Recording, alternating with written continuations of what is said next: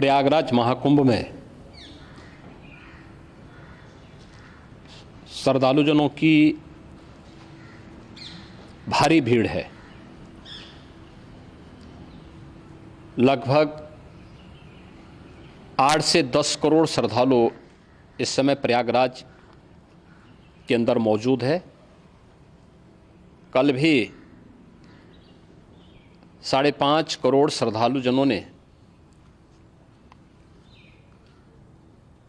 महाकुंभ का स्नान किया था। ये जो भारी दबाव श्रद्धालुजनों के कारण और श्रद्धालुओं के संगम नोच पर जाने के कारण वहाँ पर एक बना हुआ है, लेकिन पूरा प्रशासन मौके पे वहाँ मौजूद है।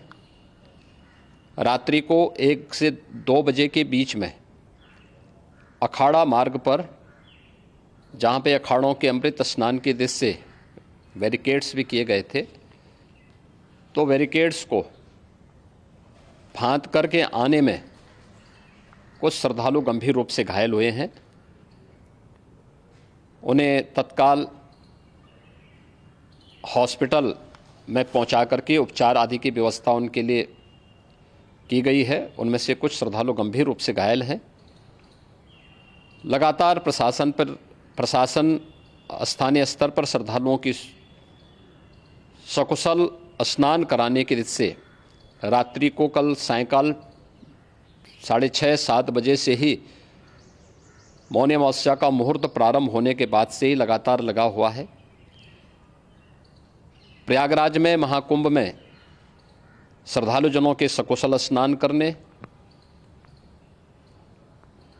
अमृत स्नान के लिए देश भर से आए हुए श्रद्धालुजनों की व्यवस्था के लिए, उनके कुशल क्षेम के लिए आदरणीय प्रधानमंत्री जी का प्रातःकाल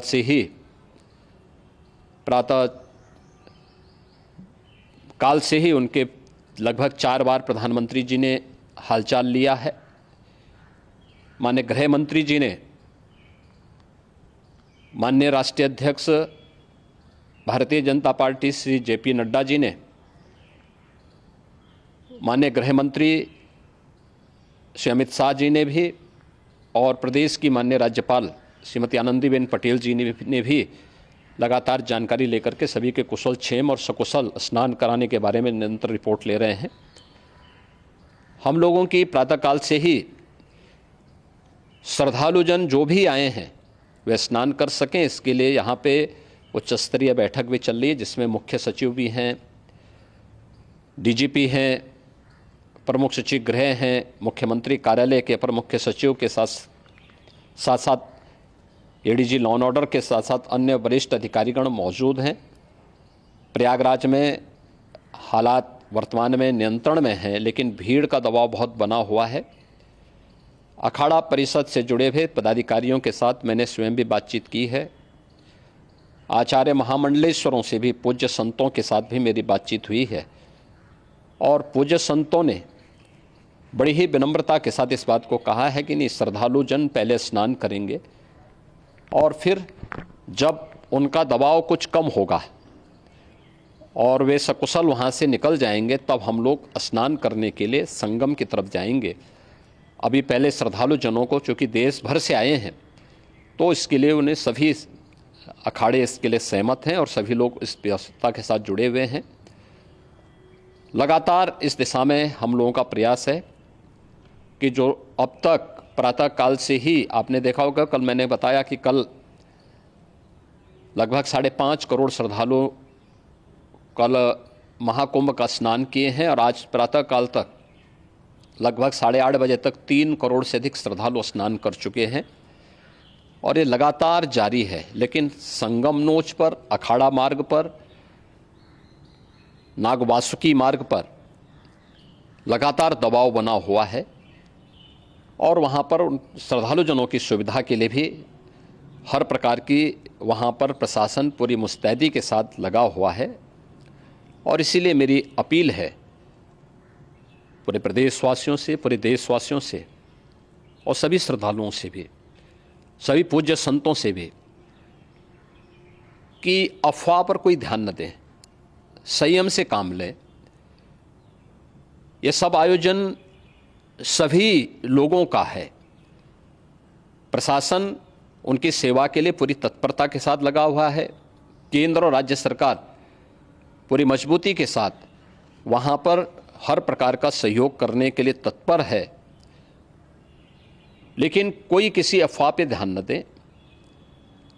कोई भी व्यक्ति नकारात्मक अफवाह फैलाने का प्रयास करेगा, उस प्रकार से नुकसान हो सकता है। और जहाँ पर हैं आप, लगभग 15 से 20 किलोमीटर के दायरे में अस्थायी घाट बनाए गए हैं, उसमें कहीं भी वे स्नान कर सकते हैं। आवश्यक नहीं कि संगम नोच की तरफ ही आएं, क्योंकि भीड़ देखते हुए खासतौर पर जो बुजुर्ग हैं, बच्चे हैं, श्वास के रोगी हैं, उनको लंबी दूरी तय नहीं करनी चाहिए। और जहाँ पर हैं वहीं पर आराम से पहले स्थिर होकर के कार्य करें, वहाँ पर रह करके।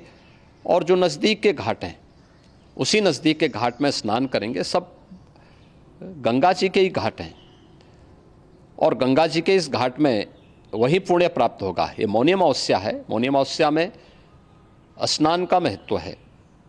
संगम में स्नान का दबाव बहुत ज़्यादा है, इसलिए सभी लोग अगर वहाँ पे इसमें अपना सहयोग करेंगे तो सकुशल हम सभी श्रद्धालु जनों को वहाँ पर स्नान करने में सफल होंगे। और फिर इसके उपरांत अमृत स्नान के लिए पूज्य संतों से भी, अखाड़ों से भी हम लोग अनुरोध करेंगे। जो घायल हैं, गंभीर रूप से घायल हैं, उनके उपचार की तत्परता के साथ व्यवस्था भी की गई है। उन सब के सकुशल स्वस्थ होने की भी हम कामना करते हैं। लेकिन मेरी अपील होगी कि कोई भी नकारात्मकता न फैलाने दें और न किसी अफवाह पर विश्वास करें। स्थिति नियंत्रण में है। हाँ, दबाव जरूर है, क्योंकि मैंने आपको बताया कि प्रातःकाल से सुबह 8:30 बजे तक 3 करोड़ से अधिक श्रद्धालु स्नान कर चुके हैं।